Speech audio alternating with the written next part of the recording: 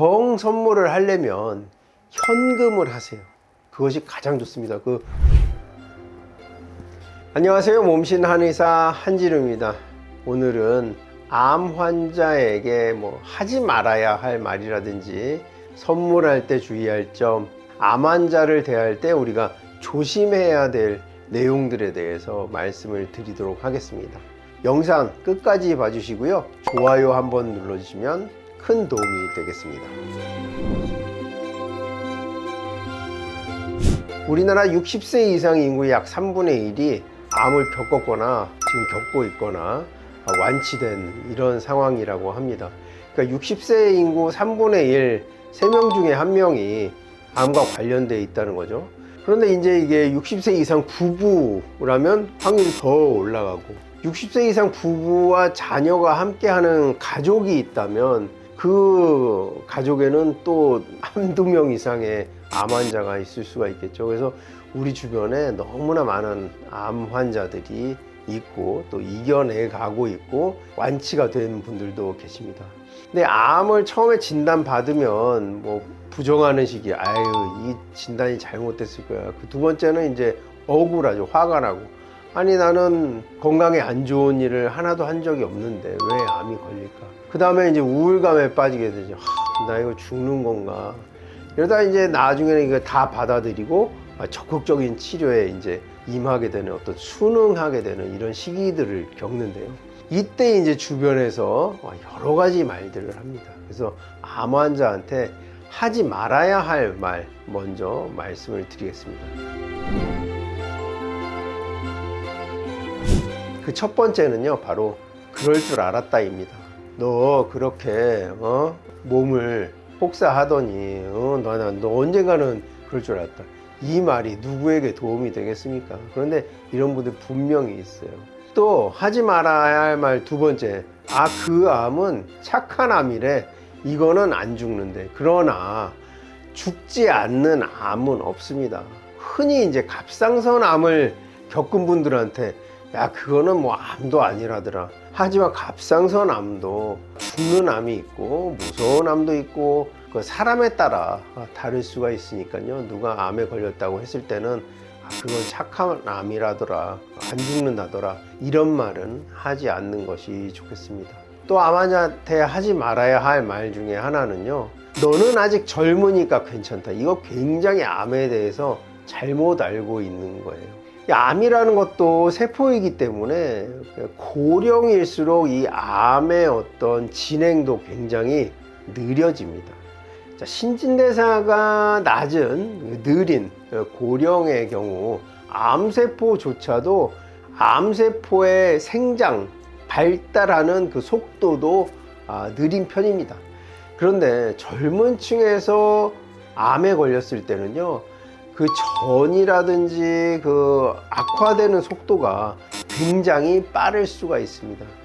단적인 예로 보면 우리 연예인들 중에 비교적 젊은 나이 40대 이하에서 위암이 발생했다 하는 분들 보면 한 1년 정도 지나면 유명을 달리하는 이런 경우들을 볼 수 있습니다. 위암이 주로 발생하는 60대, 50대, 70대에서는요, 비교적 초기에 발견하면 생존 확률이 90%를 넘는 경우도 있는데요. 젊은 층에서 발견했을 때는 생존율이 매우 낮아지는 경향도 있으니까요. 너는 젊어서 다행이다, 이런 말은 절대 하시면 안 되겠습니다. 또 암 환자에게 하지 말아야 할 말 중에 하나는요, 너는 3기니까 괜찮아, 4기도 아닌데 이런 말 절대 하시면 안 되겠습니다. 3기도 살 확률이 어떤 암이냐에 따라서 60% 이상, 70% 이상 이렇게 되는 암들도 있는데요. 만약에 대장암 3기의 5년 생존율이 75%라고 하면 생존하지 못할 확률도 25%가 되거든요. 3기의 경우. 그런데 이 확률이라는 게 참 의미가 없는 게요. 애가 75%에 들면은 살 확률이 100%인데요. 내가 그 25%에 들어가면 죽을 확률이 100%가 됩니다. 이게 75%, 25%라는 게 아무 의미가 없어요. 내가 죽으면 죽을 확률 100%, 내가 살면 살 확률 100%가 되지, 나는 25%는 죽고 75%는 사는 것이 아니잖아요. 목숨은 하나기 때문에. 그래서 너는 삼기라 괜찮아 뭐 이런 얘기 절대 하시면 안 돼요. 제일 하면 안 되는 말 한 가지는요, 나 아는 사람 그거로 죽었는데, 이런 말을 뭐하러 합니까? 그런데 하는 사람이 분명히 있어요. 우리 아버지 그거로 돌아가셨잖아. 그 얘기를 왜 하냐 이거죠. 이게 제가 그냥 하는 말이 아니라 그런 말을 하는 사람들이 분명히 있어요. 야, 누구 내 친구 그거로 죽었잖아. 이런 얘기 절대 하지 말아야죠. 지금 힘내서 암이랑 싸워가는 사람들한테 이런 얘기 절대 하시면 안 되고요. 또 암 환자에게 또 주의해야 할 말 한 가지는 자기가 면밀히 생각하고 말을 좀 했으면 합니다. 뭐냐면 조언과 오지랖 사이에서 내가 어디에 해당하느냐를 좀 파악하고 얘기를 했으면 좋겠어요. 어떤 측면에서 이러냐면요, 어디서 열심히 치료를 받고 있는데 그거는 저기 어디 무슨 도에 무슨 어떤 사람이 있는데 자격도 없는 사람, 무면허죠. 가서 뭘 먹으면 낫는다더라. 이런 소리를 절대 하지 말아야죠. 또 이런 사람들이 결국 책임은 하나도 안 집니다. 열심히 치료받고 있는데 어디 가서 돌팔이가 뭘 하고 있으니 거나 한번 가봐라. 이런 얘기를 절대 하면 안 돼요. 본인이 책임지지 않는 이상. 이런 소리를 이 사람 한 명만 하냐? 그렇지 않습니다. 너도 나도 하거든요. 그러니까 여러 사람이 막 이거 좋대더라, 어디 좋대더라. 또 하지 말아야 할 말은 병원 어디로 옮기라는 말. 한 선생님 믿고 열심히 따라서 치료하고 있는데, 이 병은 어디 병원 무슨 교수님이 최고니까 글로 옮겨. 잘 옮겨주지도 않으면서 이런 쓸데없는 얘기를 하죠. 그럼 환자는 어떻게 생각이 드냐면, 혹하는 마음이 생기거든요. 불안감이 있기 때문에. 그러니까 심리적으로 굉장히 약해진 상태이기 때문에 주변에서 하는 말을 좀 쉽게 믿는 경향이 있어요. 그러니까 더더군다나 그런 말은 하지 않아야겠죠. 여러 가지 말씀을 드렸어요. 착한 암, 기수가 낮으니 너는 살 거야. 누구는 이거로 죽었다더라. 어디 가면 잘 고쳐진다더라. 이제 이런 여러 가지 하지 말아야 할 말들을 좀 뽑아봤습니다. 또 암 환자에게 하지 말아야 할 이야기 한 가지는요, 항암하지 말라고 말리는 겁니다. 항암이라는 것이 물론 부작용이 굉장히 많습니다. 그건 사실이에요. 그런데 이제 작용이 있기 때문에, 예를 들어서 수술을 마쳤어요. 수술 마치고 이제 선생님이 얘기를 하죠. 외과적 수술로 암세포 그리고 전이되어 있는 림프절을 모두 걷어내서 이제 선생님한테 건강을 위협하는 암세포는 외과 수술로는 다 제거를 했습니다. 하지만 통계상 수술 후에 항암을 한 군과 항암하지 않은 군의 생존율이 상당한 차이를 보입니다. 따라서 수술을 하고 항암을 마치면 생존할 확률이 많이 올라갑니다. 이렇게 설명을 해요. 그런데 여기다 대고 항암해봐야 네 건강만 더 해치고 이런 얘기를 한들 하등에 도움이 되겠습니까? 물론 부작용이 많이 있습니다만 그 부작용을 감내하고서라도 나의 생존율을 올리기 위한 항암이니까요. 항암 치료가 유해하니 하지 말아라, 이런 말은 정말 무책임한 말입니다. 암 환자들에게 위로의 말이랍시고 아니면 조언이랍시고 하지 말아야 할 말들에서 알아봤는데요. 이제 그럼 암 환자한테 선물을 할 때 무슨 선물을 하는 것이 좋을까에 대해서 말씀을 드리겠습니다. 암 환자한테 암에 좋다는 음식을 많이 선물하는 경우들이 많아요. 특히 항암에 도움이 된다고 하는 무슨 버섯류, 그것도 가격도 비싸죠. 그 다음에 무슨 건강식품류들을 선물하는 경우가 있는데요. 이것도 본인이 취사 선택할 수 있는 기회를 주는 것이 좋습니다. 선물을 받았는데 안 먹기도 뭐하고 먹자니 또 믿음도 안 가고 이런 경우가 생길 수가 있거든요.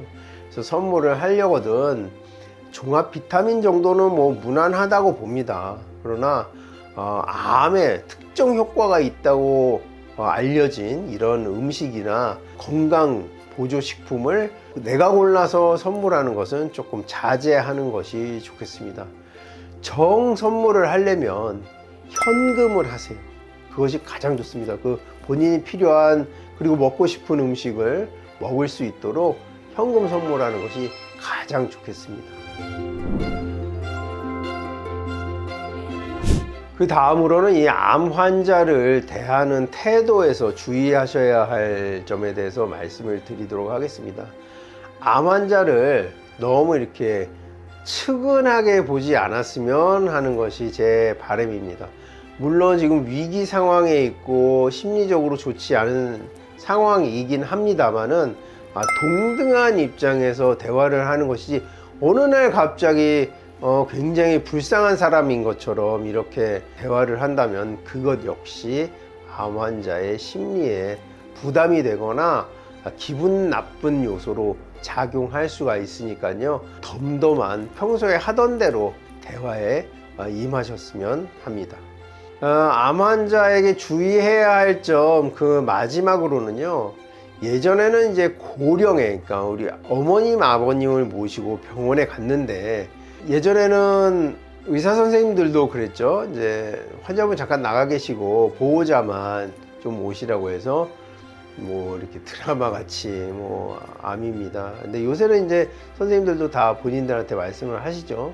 근데 고령의 환자분들한테 암이라는 사실을 알려야 할지 말아야 할지 고민하시는 분들이 계실 텐데요. 이제는 말씀을 하시는 것이 좋을 것 같다는 제 생각입니다. 치료에도 물론 도움이 될 수가 있고요. 그 대신 이제 고령이신 분들에게는 그 안심할 수 있는 말씀을 꼭 드리는 것이 좋습니다.